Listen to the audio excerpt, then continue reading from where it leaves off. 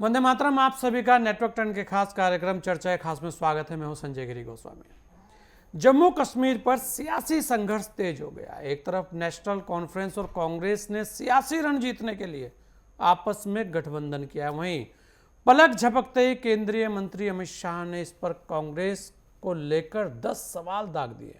अमित शाह ने कहा कि कांग्रेस और नेशनल कॉन्फ्रेंस के उस अन्यायपूर्ण नीति का समर्थन करती है जिसमें दलित आदिवासी विस्थापितों को आरक्षण से वंचित रखा गया। क्या कांग्रेस नेशनल कॉन्फ्रेंस के अनुच्छेद 370 और धारा 35A की बहाली का समर्थन करती है? ऐसे उन्होंने 10 सवाल दागे हैं। आखिर माजरा क्या है? और जम्मू कश्मीर, क्योंकि चुनाव है, चुनावी जब हथगंडे आते हैं तो बहुत सारे सवाल और बहुत सारे प्रहार और आरोप प्रत्यारोप भी चलते हैं। इसी पर हमारे साथ सभी खास मेहमान हैं। हमारे साथ गौरव मिश्रा जी हैं, प्रवक्ता है भारतीय जनता पार्टी। हमारे साथ शान खान है, कांग्रेस के प्रवक्ता हैं। और हमारे साथ रजा रिजवी जी हैं, वरिष्ठ पत्रकार हैं। हमारे साथ निपुण आलम बयान जी हैं, राजनीतिक विश्लेषक हैं। आप सभी लोगों का बहुत बहुत स्वागत है। मैं रजा रिजवी जी सबसे पहले आपके पास आ रहा हूं। अगर जम्मू कश्मीर की हम बात करें तो बड़ा महत्वपूर्ण इस बार का ये चुनाव है। ऐसे में इस चुनाव को आप कैसे देखते हैं? पहली बात तो है क्योंकि बहुत ही महत्वपूर्ण है, और कौन कौन से मुद्दे वहां पर इस वक्त सामने आ सकते हैं। दूसरा, जो गठबंधन की राजनीति है, अभी तो एक बड़ा गठबंधन सामने आया है, लेकिन इस गठबंधन को आप कैसे देखेंगे? और जो सवाल दागे हैं अमित शाह जी ने, उनका असर कितना आपको लगता है? रिजीव साहब। देखिए, ऐसा है कि जो जम्मू कश्मीर का संजय जी अनाउंस हुआ है चुनाव का, हाँ ये 370 और 35A जी के बाद जो है, ये एक बड़ी घोषणा है चुनाव की, छोटी मोटी घोषणा नहीं हाँ है। बड़ी घोषणा है जी। और पूरा देश नहीं, पूरी दुनिया संजय जी इस चुनाव को देख रही है, जी क्योंकि जाहिर सी बात है, इस चुनाव से पहले वहां जम्मू कश्मीर में आतंकवाद, पत्थरबाजी, दहशतगर्दी और बंद के दौर बहुत चलते थे। बंद के दौर का जो आपने पूछा वो तो सब मैं बताऊंगा, लेकिन बंद के दौर का एक नमूना मैं आपको बताना चाहता हूं। मैं प्रेस काउंसिल ऑफ इंडिया का मेंबर था भारत सरकार में। 2021 को मेरा कार्यकाल खत्म हुआ है। तो जब 370 और 35 वाला मामला हुआ तो हमारे चेयरमैन ने कहा कि भाई वहां जाना है जम्मू कश्मीर में और जाके देखना है कि वहां समाचार पत्र ठीक से निकल रहे हैं कि नहीं निकल रहे हैं। तो इन शॉर्ट ये बताऊं कि 3-4 दिन रह के हम लोगों ने सब प्रेस से और सब अखबारों में जाकर के पत्रकारों की रिपोर्टिंग लेकर के हम लोगों ने फैक्ट फाइंडिंग तैयार की और चेयरमैन को दिया। वो एक अलग होता है।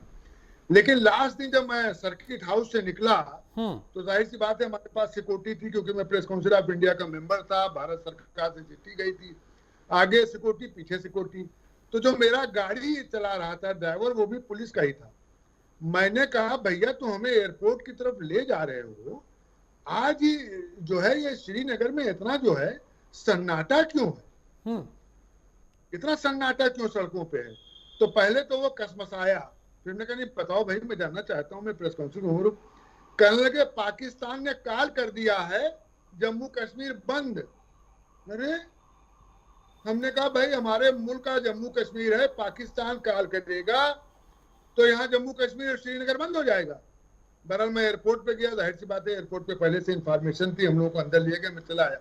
मैं ये कहना चाह रहा हूं कि मतलब ये 370 और 37 के बाद एक अच्छा वातावरण वहां जम्मू कश्मीर में बना, और उसके बाद आप देखिए कोई इतना बड़ा मामला नहीं हुआ कि आतंकवादी आए होते और मारा होता और काटा होता। छोटी मोटी घटनाएं जरूर हुई हैं, लेकिन जम्मू कश्मीर में राहुल गांधी ने भारतीय जनता पार्टी से जरा आगे चल के काम कर दिया।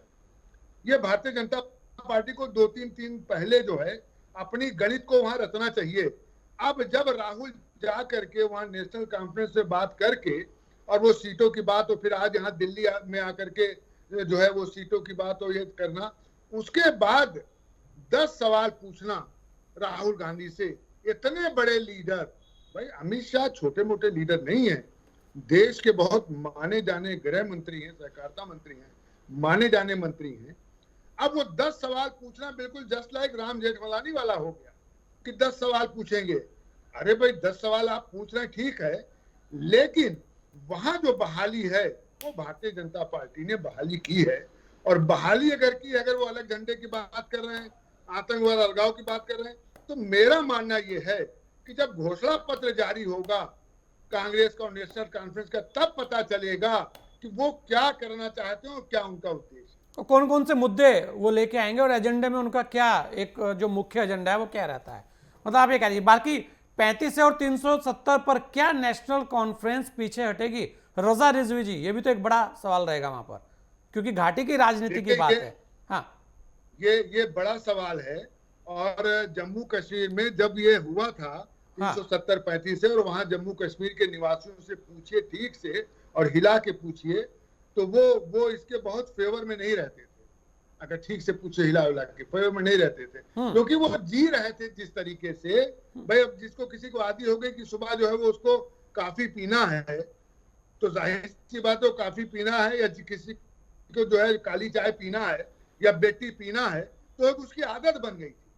तो जम्मू कश्मीर में रहते रहते लोगों की वो आदत सी बन गई थी। लेकिन वहां ये भारतीय जनता पार्टी ने इस पर किया और उसका कहीं ना कहीं असर हुआ, इसमें कोई दो राय नहीं। पर इस बार आप ये भी कह रहे हैं कि राहुल गांधी जी थोड़ी सी बाजी मारते दिखे कि बहुत जल्दी से उन्होंने अपना गठबंधन किया और अपनी जो उन्होंने रणनीति है वो उजागर की कि भाई ये देखिए हमने तो कर दिया। हाँ, ये दरअसल जल्दी होगी भारतीय जनता पार्टी को, और आगे आगे आके करना चाहिए। हाँ। और सवाल उन्होंने पूछा है, ठीक है, सवाल का जवाब देंगे कि साहब पत्थरबाजी और शंकराचार्य पर्वत और हरि पर्वत के नाम से जो जाने जाते थे उसका क्या असर होगा। चलिए ये मैं इन्हीं से ले लेता हूं, क्योंकि हमारे साथ शान खान भी हैं और गौरव जी भी हैं। गौरव भाई, सवाल आपने पूछे तो आप ही से ले लेते हैं, क्योंकि गठबंधन के ऊपर आपने बड़ा एक हमला किया है आज, और रिजवी साहब कह रहे हैं कि देरी हो गई तो इसलिए आपको हमला करना पड़ा। आपको उम्मीद नहीं थी कि कांग्रेस और नेशनल कॉन्फ्रेंस का जो गठबंधन है वो हो जाएगा। कैसे देखते हैं आप इस हमले को? 10 सवालों को लेकर आप क्या कहेंगे, और फिर कांग्रेस के प्रवक्ता उन 10 सवालों पर उनकी क्या राय रहेगी और वो उन 10 सवालों का जवाब क्या देंगे वो भी लूंगा। गौरव भाई। संजय जी, नेशनल कॉन्फ्रेंस और कांग्रेस का गठबंधन हो रहा है, वहां पर ये छुपा हुआ नहीं है। दोनों ने एक प्रकार से प्रेस ब्रीफिंग भी किया है, ये भी छुपा हुआ नहीं है। राहुल गांधी जी के विजिट पे जिस तरीके से खून का रिश्ता उन्होंने बताया वो भी छुपा हुआ नहीं है, और नेशनल कॉन्फ्रेंस की जो मांग है वो भी बहुत साफ और स्पष्ट है। अब दोनों को एक कॉमन मैनिफेस्टो अगर आ जाए तो उसके बाद और स्थितियां स्पष्ट हो जाएंगी। लेकिन जो मंशा नेशनल कॉन्फ्रेंस ने अपनी जाहिर की है, जग जाहिर की है देश के सामने इस चुनाव में जाने से पहले, क्या उस मंशा के साथ कांग्रेस पार्टी खड़ी होती है? ऐसा इशारा तो जरूर, ऐसा संकेत जरूर राहुल गांधी जी ने कश्मीर विजिट पर दिया है, इसमें कहीं कोई दो राय नहीं है। और मुझे इन प्रश्नों को लेकर के इतने संकुचित दायरे में सोचने की आवश्यकता नहीं है। दोनों की समस्या दरअसल सिर्फ जम्मू कश्मीर नहीं है, दोनों की समस्या, एनसी की समस्या और कांग्रेस की समस्या मूल पाकिस्तान में बैठी हुई है। उन्हें चिंता पाकिस्तान की है। कटोरा छाप हो गया पाकिस्तान, आर्थिक रूप से बदहाल हो गया पाकिस्तान, आतंकवाद फैलाने में असफल हो गया पाकिस्तान भारत के अंदर, कैसे उसको रिवाइव किया जाए। और जम्मू कश्मीर में जो लंबे समय से, दशकों से जो कारोबार भ्रष्टाचार का चल रहा था, वहां के युवाओं के हाथों में जो पत्थर दिया जाता था, किस तरीके से आतंकवादी घटनाएं होती थी, हजारों लोग मौत के घाट उतार दिए गए, चाहे वो सैन्य फोर्सेस हो या फिर आम नागरिक हो, वो कारोबार फिर कैसे खड़ा हो सके, वो चिंता है नेशनल कॉन्फ्रेंस की और कांग्रेस पार्टी की। और फ्रैक्चर्ड भारत कांग्रेस को चाहिए, ऐसा कांग्रेस पार्टी ने, राहुल गांधी जी ने विदेश की धरती पर जाकर के कहा है। भारत को एक देश के रूप में स्वीकार करने के लिए वो तैयार नहीं है। इसलिए कश्मीर को वापस फिर अलगाववाद के रास्ते पर ले जाना, आतंकवाद के रास्ते पर ले जाना, वहां पर युवाओं को भटकाना, शंकराचार्य के मंदिर के बारे में जो उनकी मंशा है नेशनल कॉन्फ्रेंस की, उसके साथ इत्तेफाक रखना, तो इस पर उनको अपनी मंशा स्पष्ट करनी पड़ेगी कांग्रेस पार्टी को। क्योंकि कांग्रेस पार्टी क्लेम करती है कि देश की आजादी में उसका सबसे बड़ा योगदान है। लेकिन यदि सबसे बड़ा योगदान है तो देश के बंटवारे का जिम्मेदार कौन है? और जो आजादी के बाद सबसे ज्यादा समय तक शासन में बना रहा, वो बाद में भी भारत को क्यों बांटता रहा और आज भी बंटवारे की राजनीति क्यों कर रहा है? उनको अपनी मंशा स्पष्ट करनी पड़ेगी। आरक्षण पर उनको अपना मत स्पष्ट करना पड़ेगा। वहां जो दलित हैं, बकरवाल हैं, गुर्जर हैं, उनको जो आरक्षण मिला है, क्या कांग्रेस पार्टी उसका समर्थन करती है या विरोध करती है? उन्हें स्पष्ट करना पड़ेगा, क्योंकि लोकसभा के चुनाव में आरक्षण खत्म हो जाएगा, ऐसा प्रोपेगेंडा फैला करके, झूठ फैला करके कांग्रेस पार्टी ने उसका छद्म लाभ उठाया है। इसमें कोई गौरव भाई, कांग्रेस तो ये कह रही, गौरव भाई कांग्रेस कह रही है कि भारतीय जनता पार्टी को डर लग गया है, इसलिए ऐसे सवाल सामने आए। उन्हें आशा नहीं थी कि राहुल गांधी इतनी तेजी से जाकर वहां पर एक ऐसा गठबंधन कर सकते हैं? संजय जी, पूरे देश की राष्ट्रवादी जनता को, देश की जनता को कांग्रेस पार्टी के इस रवैये से डर लगता है। कांग्रेस पार्टी की इस सोच से डर लगता है। जो देश में अमन पसंद लोग हैं उनको डर लगता है। तो इनकी असली चरित्र को, इनके असली चेहरे को देश के सामने उजागर करना भारतीय जनता पार्टी का नैतिक दायित्व है, कर्तव्य है, और वो हम करते रहेंगे। इसमें डरने की कोई बात ही नहीं। हम तो संघर्ष के रास्ते पर चले हैं और चलते रहेंगे, और कांग्रेस पार्टी का असली चेहरा बेनकाब करते रहेंगे। कांग्रेस पार्टी यदि चुनाव में वहां गठबंधन के साथ जा रही है तो उन्हें अपना मत स्पष्ट करना पड़ेगा। एक झंडा इस देश में चलेगा या दो झंडा चलेगा, एक विधान चलेगा या दो विधान चलेगा, उन्हें अपना मत स्पष्ट करना पड़ेगा। और देश की जनता को मूर्ख नहीं बना सकते, बार बार काट की हांडी नहीं चढ़ सकती। इसलिए चुनाव में उनको अपने विचार बहुत साफ देश के सामने रखने पड़ेंगे। शान खान जी, देखिए बड़ा क्लियर कहा है, और खून के रिश्ते के नाम पर वो पाकिस्तान के साथ खड़े हो जाएंगे तो ऐसा नहीं चलेगा। भारत वो स्वीकार नहीं करेगा। शान खान जी, सारी चीजें आपने गौरव मिश्रा जी की सुनी, और रिजवी साहब ने भी बहुत सारी चीजों पर एकदम स्पष्टता दी है कि भाई क्या है। एक चीज है, आज ये तो आप भी मानेंगे कि बुलेट नहीं बैलेट चाहिए, विकास चाहिए, रोजगार चाहिए। और इस बात को भी आपको मानना होगा कि जैसे ही चुनाव की प्रक्रिया चल रही थी, ये पता लग रहा था। और इससे मैं निपुण भाई, आपके लिए भी ये सवाल रहेगा, मैं आपको भी ये इसमें ऐड कर रहा हूं कि जैसे ही इस चीज की चर्चाएं चली कि अब कभी भी चुनाव हो सकते हैं, तो अचानक से आतंकवादी गतिविधियां बढ़ जाती हैं। वहां पर देखा होगा आपने, इससे मतलब कोई डिने नहीं कर सकता, ये सामने है सारे तथ्य। तो ऐसा क्या है कि उसके बाद भी कुछ लोग अब भी उन चीजों को दोहराना चाहते हैं, उन चीजों को लाना चाहते हैं कि जो एक कांटा था जो निकल गया, जिसको एक अलग कर दिया गया। आज वहां पर लोग, मैंने जम्मू कश्मीर के अंदर इतनी बड़ी तादाद में लोग रहते हैं, इतनी ज़्यादा अब की बार पर्यटन के रूप में लोग वहाँ गए, पर्यटन वहाँ पर बढ़ा है, ये आंकड़े हैं। अगर उनको दिक्कत होती है कुछ चीज़ों से, चाहे वो 370 हो, चाहे वो 35 हो, या कुछ भी हो, अगर दिक्कत होती तो क्या वहाँ पर इतनी बड़ी तादाद में पर्यटक जाता? क्या वहाँ पर ये आंकड़े आते? इतनी बड़ी जनता है भाई, सारी की सारी अगर सड़कों पर बैठ जाती तो क्या वास्तव में वहां किसी सरकार की हिम्मत थी कुछ करने की? तो जो चीजें हैं उस पर बहुत सारे सवाल खड़े हैं, और जो बातें कही हैं, क्योंकि 10 सवाल आप पर दगे हैं, गठबंधन आपने किया है, तो सबसे बड़ी बात तो यही है कि क्या नेशनल कॉन्फ्रेंस के 370 और 35A के जिस मुद्दे को लेकर वो चलते हैं, कांग्रेस उसका समर्थन करती है क्या? ये एक सबसे बड़ा सवाल तो इसमें यही है। शान खान जी, और जो गौरव जी ने और कहा है उस पर भी जवाब दीजिएगा जी। देखिए संजय भाई, बिल्कुल सही बात कही आपने, बुलेट नहीं बैलेट चाहिए, किंतु भाजपा ने कश्मीरियों से बैलेट छीनकर बुलेट दे दिया। भाजपा ने 2019 में कश्मीर का राज्य का दर्जा छीना, कश्मीर राज्य को 2 भागों में बांट दिया, और भाजपा ने 2019 से 2024 तक कश्मीर में चुनाव नहीं कराए। आज यदि चुनाव हो रहे हैं तो सर्वोच्च न्यायालय के आदेश पर हो रहे हैं, वरना भाजपा की नीयत चुनाव कराने की नहीं थी, दिल्ली से कश्मीर को चलाने की नीयत थी। और अमित शाह जी जो कह रहे हैं उन्हें कोई गंभीरता से नहीं लेता, हम क्या, जनता भी गंभीरता से नहीं लेती। ये सबसे निष्फल गृह मंत्री हैं, इनको कोई काम तो बचा नहीं है। इनसे मणिपुर नहीं संभल रहा है, इनसे लद्दाख नहीं संभल रहा है। कश्मीर में आए दिन आतंकवादी घटनाएं हो रही हैं, सैनिक मारे जा रहे हैं, वहां के नागरिक मारे जा रहे हैं, वहां पे टारगेट किलिंग हो रही है। उस पर अमित शाह जी का मुंह नहीं खुलता है, तब तो ताला लग जाता है और राजनीति करने चले आते हैं। अरे भाजपा हमको ज्ञान देगी? वो भाजपा जो आतंकवादियों को टिकट देती है, वो भाजपा जो पीडीपी से गठबंधन करती है, वो भाजपा जो पूर्वोत्तर में उग्रवादियों का सहयोग लेती है, भाजपा को तो अधिकार ही नहीं है ज्ञान देने का।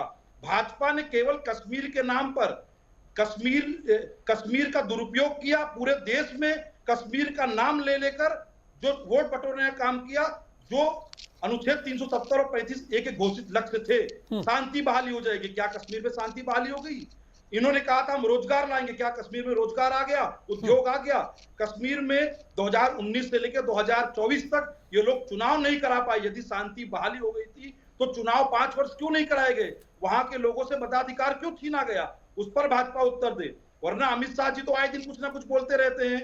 अमित शाह जी से तो कुछ, उनके पास अपना तो कोई काम बचा नहीं है, केवल आरोप प्रत्यारोप करते रहते हैं। आप सत्ता में बैठे हो, प्रश्न आपसे जनता पूछ अच्छा रही है। शान खान आप जी, दूसरों से एक प्रश्न सवाल और पूछ ले रहे रहा हो। हूं आपसे, ये बताइए, आंकड़े ये कहते हैं कि इस बार वहां पर्यटक बढ़ा है, मतलब काफी समय से वहां पर जो पर्यटक है वो बड़ी तादाद में गया है। यहां तक स्थितियां थी कि बहुत बार लोगों को वहां पर होटल के कमरे नहीं मिले हैं। ये कैसे संभव हो पाया? देखिए संजय जी, पर्यटकों के जो भी आंकड़े हैं उसको आप ध्यान में रखते हुए इसको भी ध्यान में रखिए कि कश्मीर में आए दिन टारगेट किलिंग हो रही है। हाँ। इसको आपको स्वीकार करना पड़ेगा। हाँ। कश्मीरी पंडित जम्मू में बैठकर धरना दे रहे थे, इसको भी आपको स्वीकार करना पड़ेगा। जम्मू कश्मीर में 5 वर्ष से भाजपा चुनाव नहीं करा पाई, इसको भी आपको स्वीकार नहीं करना पड़ेगा। मैं कह रहा हूं ना, हाँ, यदि शांति बहाली थी तो 5 वर्ष से भाजपा चुनाव क्यों नहीं करा रही थी? बताए ना भाजपा के प्रवक्ता, सब कुछ ठीक था तो चुनाव क्यों नहीं हुआ? सब कुछ ठीक था, सब कश्मीरी इनसे खुश थे, तो इन्होंने लोकसभा चुनाव में घाटी में फिर प्रत्याशी क्यों नहीं उतारे? क्योंकि इनको प्रत्याशी नहीं मिले, इसीलिए चुनाव नहीं लड़े वहां पर। अच्छा, तो 35 और 370 को लेकर अब आप क्या कहेंगे? देखिए संजय जी, कश्मीरियत को बचाना, कश्मीर के लोगों के अधिकारों को बचाना, उनके संसाधनों को लूटने से बचाना हमारी प्राथमिकता है। हाँ। जम्मू कश्मीर को पुनः पूर्ण राज्य का दर्जा दिलाना हमारी प्राथमिकता है। वहां के संसाधनों की रक्षा करना हमारी प्राथमिकता है। और रही बात कि हम जम्मू कश्मीर के लिए क्या क्या करने वाले हैं, हमारे घोषणा पत्र की प्रतीक्षा कर लीजिए। हाँ। आपको सब कुछ स्पष्ट दिखाई नहीं देगा। तो मतलब मैं कह रहा हूं, हमारे... क्या 370 के बिना वहां पर विकास नहीं हो सकता या अधिकार सुरक्षित नहीं हो सकते? 35 से और 370 की बात होगी तभी अधिकार और संजय जी, जो, हाँ संजय जी, क्या केवल भारत के जम्मू कश्मीर राज्य में ही विशेष कानून लागू थे? हाँ। आप गुजरात ले लीजिए, आप महाराष्ट्र ले लीजिए, हिमाचल ले लीजिए, मतलब आप समर्थन कर रहे हैं कि ये होने चाहिए? पहले संजय भाई पूरी बात को सुन लीजिए। हाँ। पूर्वोत्तर के अधिकांश राज्यों में 371 लागू है, विशेष कानून लागू है, नागालैंड में लागू है, असम में लागू है, कुछ क्षेत्र अनुसूची 5 में हैं जहां पर विशेष प्रावधान लागू है। तो क्या भाजपा उनको हटाने जा रही है? तो मतलब आप कह रहे हैं कि जहां लागू है तो जम्मू में भी लागू होने चाहिए, मतलब सीधा सीधा है कि समर्थन आवश्यकता लगेगी विशेष कानून की तो वहां पर लागू किया जाएगा। चलिए तो ठीक है, आपका जो ज्वाइंट एजेंडा जब आएगा वो देखने वाली बात होगी कि उसमें क्या आता है। कॉमन जो मैनिफेस्टो की बात हो रही है वो बड़ा महत्वपूर्ण है, उसके बाद बहुत सारी तस्वीरें भी साफ होगी, लेकिन इतना जरूर है कि यहाँ पर कुछ ना कुछ बढ़त कांग्रेस ने बढ़ाई। निपुण भाई, सभी लोगों को आपने सुना, देखिए गौरव जी ने भी बहुत कुछ कहा, शान खान ने भी कहा और रिजवी साहब ने भी कहा।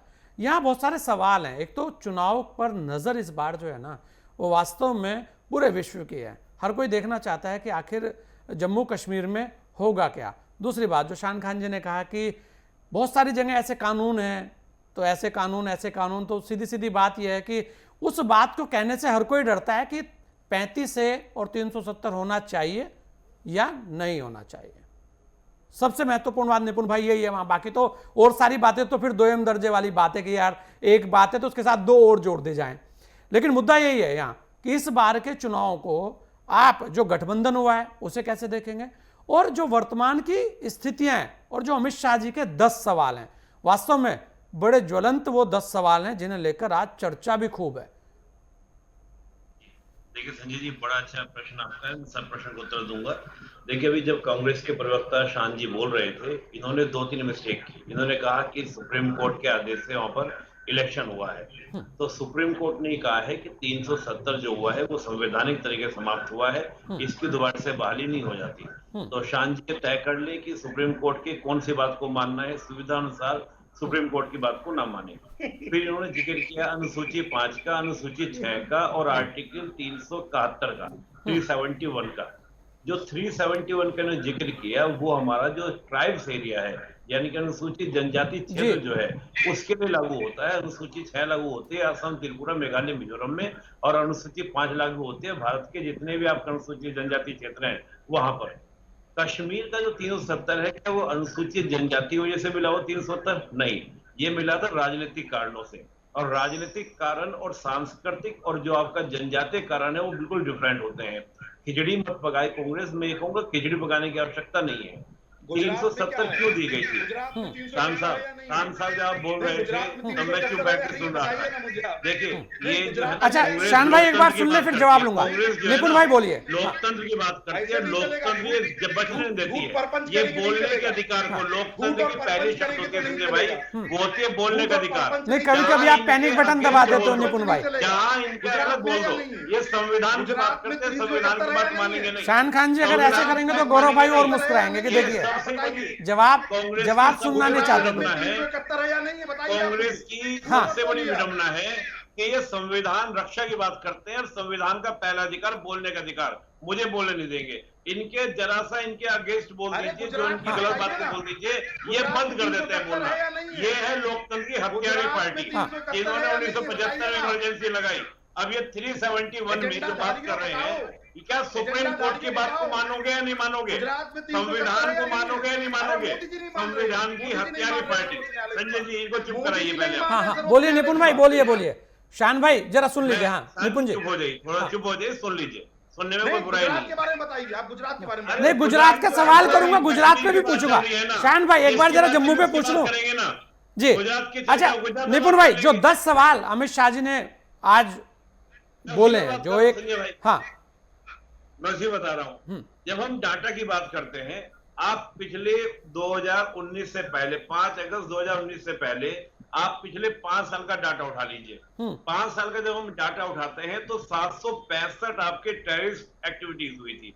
5 अगस्त के बाद 5 साल का डाटा उठाइए, 455 एक्टिविटीज आपकी हुई। तो ये एक्टिविटीज क्या दिखा रही है कि 370 के समाप्त होने के बाद क्या स्थिति हुई। रेवेन्यू की मैं बात करता हूं, रेवेन्यू का कलेक्शन हुआ 31% रेवेन्यू का कलेक्शन हुआ है 370 हटने के बाद में। और जो जम्मू कश्मीर की जीडीपी है वो 8% तक रही, जबकि पूरे भारत की 7% रही। ये रही विकास की बात। 2022 में 1.62 करोड़ पर्यटक वहां पर पहुंचे, विकास की बात। अब तीसरी बात जो आपने कही कि 370 को हटने के बाद या आज जो ये बातें उठ रही है 370 को रिवाइज किया जाए, भाई मैं ये कहता हूं जम्मू कश्मीर को 370 स्पेशल स्टेटस क्यों दिया गया था? मैं आज तक अगर मुझे तो इसका कारण पता चल जाए, कोई कारण नहीं था। अगर इसी तरह के स्टेटस की बात फिर हरियाणा भी करेगा, हिमाचल भी करेगा, उत्तराखंड भी करेगा, यूपी भी करेगा, बिहार भी करेगा। कोई कारण तो, कोई रीजन तो हो। रीजन केवल ये कि जम्मू कश्मीर का जो आपका विलय हुआ था उसके साथ माउंटबेटन ने एक लेटर लिखा था कि आपका पैलेसाइड कराया जाएगा। ऐसा वादा तो सभी के साथ किया गया था। जो 552 रियासतों में से 549 रियासत जो मिली गई थी, सेम विलय पत्र था सभी के लिए, सभी को एक में साइन किया गया था। तो मामला ये है कि राजनीतिक रूप से 370 दिया गया था, उसका कदाचित भी कोई मैटर नहीं है। और दूसरा संजय जी की बात समझिए, भारत एक लोकतंत्र है, लोकतंत्र में पारदर्शिता की बात होती है। जब पारदर्शिता की बात होगी तो सूचना का अधिकार जम्मू कश्मीर के अंदर लागू नहीं था। आरक्षण दलितों को, महिलाओं को, तमाम तरह की जो कम्युनिटीज थी वहां पर नहीं था। और जो 35A है, अगर भारत के हर राज्य में ये बात लागू हो जाए कि कोई दूसरे राज्य का व्यक्ति दूसरे राज्य में जाकर जमीन नहीं खरीदेगा, क्यों नहीं खरीदेगा? हर कश्मीरी का भारतीय और हर भारतीय का कश्मीर है, इसमें बात होनी चाहिए, तभी तो आप यूनिटी की बात करेंगे। खरीद सकता है। आप जम्मू कश्मीर की बात करें, गुजरात में शान साहब, ये तो मैं बता दूं आपको मैं जानकारी दे दूं, हिमाचल में एक सीमा होती है, हिमाचल, उत्तराखंड और जो आपका अनुसूचित 5 अनुसूचित 6 में है, पता नहीं इनको संविधान की जानकारी नहीं है, केवल बोलना है। मैं बता रहा हूँ ना, मैं बताता हूँ आपको, मैं बताता हूँ शान साहब आपको कुछ जानकारी नहीं है। क्यों कश्मीर को क्यों मत चलाइए, वेतनधारी एजेंडा मत चलाइए, पहले पढ़ लिख लिया करो। गुजरात में आप नहीं खरीद सकते भूमि, पता है आपको? कोई कानून देखिए बोलने से नहीं होगा, शान साहब बोलने से नहीं होगा। अनुसूचित जनजातीय क्षेत्र में ये अधिकार मिलता है। आप सेठाली आइलैंड में जाएंगे, अंडमान में जाएंगे जमीन खरीदने के लिए, वहां पर दिया गया अधिकार। अरे जनजातीय क्षेत्र की तुलना आप कश्मीर से करेंगे? आप जनजातीय क्षेत्र की तुलना, दिमाग किसका वजह नहीं है आपका? तो पहाड़ी क्षेत्र हो, जनजातीय क्षेत्र में तो आता है वो, जनजातीय क्षेत्र में दिया गया विदर्भ। आप अच्छा शान भाई अगर जमीन खरीद ली, बेच ली हो तो मुद्दे पे आ जाएं, क्योंकि प्लॉट ले लिया या नहीं लिया ये तो समय बताएगा। यहाँ मुद्दा बड़ा महत्वपूर्ण है वर्तमान में। निपुण भाई चलिए, गठबंधन को आप कैसे देखते हैं और अमित शाह जी के सवालों के असर को कैसे देखते हैं? निपुण भाई एक प्लॉट पाकिस्तान में भी ले लेना चाहिए शान साहब को। निपुण भाई ये बताइए, गठबंधन को, जो वर्तमान का गठबंधन है जिसे लेकर अमित शाह जी ने सवाल उठाए हैं, तो भाई, दोनों को जवाब कैसे जनता कैसे देख देखेंगे रही आप? है। और जवाब जनता देख रही है, जवाब है नहीं, बकवास करने के सिवा कुछ बोल नहीं रहे। कोई ऑथेंटिक जवाब नहीं है, कोई सामरिक जवाब नहीं है, कोई क्रेडिबल जवाब नहीं है, और बकवास किए जा रहे हैं आप। कर्नाटक हैदराबाद में किया वो रीजन। बकवास बंद करो, चुप हो जाओ। तुम्हारा बकवास सुनने के लिए जनता नहीं बैठी है। तुम्हारा बकवास सुनने के ऑथेंटिक लिए डेटा आए लेकर के बैठो आप, तो बात करो। चुप बैठो। बकवास बात कर रहे आपके हो। पूर्वज अंग्रेज की दलाली कर रहे थे, आप राष्ट्रवाद का पाठ सिखाओगे? अरे दलाल की औलाद तो तुम लोग हो गए, दलालों की औलाद तुम लोग हो। आज भी उनकी दलाली कर रहे हो, आज भी उनकी रोटी खा रहे हो, इसलिए बोल रहे हो। सोरोस का पैसा आता है इसलिए मुंह से आवाज निकलती है। सोरोस का पैसा बंद हो जाए, भूखे मर जाओगे जैसे पाकिस्तान मर रहा है। अच्छा, मुझे लगता है मुद्दा जो है वो दिशा ही ले गया। चलिए मैं गौरव शान जी, गौरव जी, मैं रजा रिजवी साहब, पूरे निचोड़ को आप कैसे देखते हैं, गठबंधन और अमित शाह जी के सवाल, और वर्तमान में मुख्य, क्योंकि बात हो रही है चुनाव को लेकर कि वहां पर जो चुनाव है उस पर पूरे विश्व बिरादरी की नजर है, तो ऐसे में इस बार के जो नए गठबंधन है, क्या और भी तस्वीरें सामने आ सकती हैं? रजा रिजवी जी। देखिए संजय जी, जो अमित शाह ने अपनी बातें उठाई हैं, 10 सवाल जो उठाए हैं, वो सवाल उन्होंने कांग्रेस से जो उठाए हैं, तो जाहिर सी बात है कि नेशनल कॉन्फ्रेंस का जो मंसूबा है, जो उनके विचार हैं, उस विचार को क्या कांग्रेस मानते हुए अपनी बात को आगे रखेगी? हाँ, ये बड़ा सवाल रहेगा। इस चुनाव के अंदर संजय जी, अगर गठबंधन जीत के आता है तो इसके मतलब 370 और 35A उनके दिमाग से ये ठीक नहीं है। और अगर भारतीय जनता पार्टी की सरकार बनती है तो ये आप जान लीजिए कि जम्मू कश्मीर का नागरिक 370 और 35A का खुले दिल से उसने समर्थन किया और भारतीय जनता पार्टी को बहुमत के साथ बैठा दिया। अब आप देखिए कि कांग्रेस पार्टी अब ये बताए कि साहब अनुच्छेद 370 और 35A को क्या वो वापस लाकर जम्मू कश्मीर को फिर जो है वही युग में ले जाना चाहते हैं जो युग पहला था, यानी अशांति का, आतंकवादी का। तो ये बहुत अग्गी मामला है। जैसे कांग्रेस पार्टी ये भी बताए कि साहब पाकिस्तान के साथ LOC ट्रेड जो है वो शुरू करने से नेशनल कॉन्फ्रेंस के जो निर्णय है कि फिर से बॉर्डर पार से आतंकवाद, इसके इकोसिस्टम का पोषण करने का समर्थन करते हैं। मतलब उन्होंने बातें जो उठाई, इससे आतंकवाद और पत्थरबाजी की घटनाओं में शामिल लोगों के परिजनों मतलब रजा जी, आपको लगता है कि अगर गठबंधन हुआ है तो अब जो सवाल है ऐसे ही सवाल जनता से भी आ सकते हैं? हाँ, बिल्कुल आएंगे जनता सवाल। हाँ। लेकिन आप देखिए संजय जी, ये कि बहुत बड़ा, अभी तो हम लोग बहुत अग्गी चले गए हैं। हाँ। घोषणा पत्र अभी जब नेशनल कॉन्फ्रेंस कांग्रेस का बनेगा, हाँ, आप देखिए वो बहुत ही चर्चाओं के साथ बनेगा, क्योंकि बहुत से मुद्दे पर कांग्रेस स्वाद नहीं बनाएगी, यस नहीं करेगी। चलिए मैं गौरव से एक टिप्पणी लेता हूं। गौरव भाई, एक छोटी सी चीज कि अभी बहुत जल्दी हो गई हमला करने की, क्योंकि अभी तो जो कॉमन मैनिफेस्टो है वो सामने ही नहीं आया था। नहीं, ठीक है संजय जी, कॉमन मैनिफेस्टो आएगा तो उसके बाद जरूर हम लोग चर्चा करेंगे, लेकिन ये यक्ष प्रश्न है जो पहले से चलते चले आ रहे हैं। हाँ। और माननीय गृह मंत्री जी ने बहुत साफ और स्पष्ट शब्दों में कांग्रेस से ये पूछा है, तो उनको अपना मत स्पष्ट करना चाहिए। देखिए, पिछले जब से 370 का एब्रोगेशन हुआ है, वहां पर त्रिस्तरीय चुनाव हुए, पंचायत के चुनाव हुए, प्रधान के चुनाव हुए, और सफलतापूर्वक वहां पर लोकसभा के चुनाव हुए। आप देखिए लोकतंत्र के उत्सव में किस तरीके से वहां के लोग शरीक हो रहे हैं, जहां 55%, 60% की वोटिंग परसेंटेज चली गई। तो एक प्रकार से खुले दिल से वहां के लोग लोकतंत्र का स्वागत कर रहे हैं। लेकिन मैं एक बात जरूर कहना चाहूंगा, कोई भी चुनाव 370 और 35A का रेफरेंडम नहीं है। कोई भी चुनाव उस नजरिए से नहीं देखा जाना चाहिए। यह भारत की संप्रभुता से जुड़ा हुआ प्रश्न है, और किसी चुनाव को भारत के संप्रभुता के लिए चुनौती बना दिया जाए, ये उचित नहीं है। बिल्कुल, हाँ, ये उचित नहीं है। मुझे लगता है कि इस दृष्टि से इसे देखना ठीक नहीं है। लेकिन वहीं जनता को पूरी स्वतंत्रता है, जिस गठबंधन को वो चुनना चाहे चुनो, जिसको वोट देना चाहे वो दे। लेकिन यह भी सच्चाई है कि आज जम्मू कश्मीर में G20 हो रहा है। आज जम्मू कश्मीर में EMR जैसी कंपनी, मल्टीनेशनल कंपनी वहां पर इन्वेस्टमेंट कर रही है। नए IIT और नए IIM बने हैं, नए वहां पर एम्स बने हैं। इस तरीके से वहां पर विकास हो रहा है। और जैसा अभी हमारे राजनीतिक विश्लेषक महोदय ने बहुत बढ़िया तरीके से इलैबोरेट किया, वहां पे किस तरीके से विकास का ग्राफ ऊपर बढ़ा है, देश का विश्वास बढ़ा। और मैं व्यक्तिगत रूप से संजय जी, मैं किसी दूसरे की बात नहीं करता, मैं व्यक्तिगत रूप से प्रतिदिन जम्मू कश्मीर के किसी न किसी शहर में अपने कार्यकर्ताओं से, अपने पार्टी के नेताओं से बात करता हूं और उनके कॉन्फिडेंस को देखता हूं, उनकी खुशी को देखता हूं, किस तरीके से वो चलिए भारत बिल्कुल। की और जनता के साथ खुद को समय आत्मसात समय कर बड़ा रहे हैं। नजदीक है और पता लगेगा उसमें कि जहर वास्तव में घोलने का चुनाव में काम होगा क्या। कांग्रेस गौरव भाई, पार्टी और इतना जरूर है कि इस बार का जो चुनाव है बड़ा महत्वपूर्ण है। और एक जरूर है कि डर तुझे भी है, डर मुझे भी है। देखते हैं आने वाला समय, जो बैलेट की बात हो रही है उसमें किसकी किस्मत चमकेगी। अभी तो इतना ही, आप सभी ने अपना समय में दिया, इसके लिए आप सभी लोगों का बहुत बहुत धन्यवाद। जम्मू कश्मीर बड़ा ही खूबसूरत है, लेकिन वहां पर राजनीति उतनी जबरदस्त है। देखने वाली बात यह होगी कि इस चुनाव में ऊंट किस करवट बैठता है और बाजी किसके हाथ लगती है। तब तक के लिए दीजिए मुझे इजाजत। जय हिंद।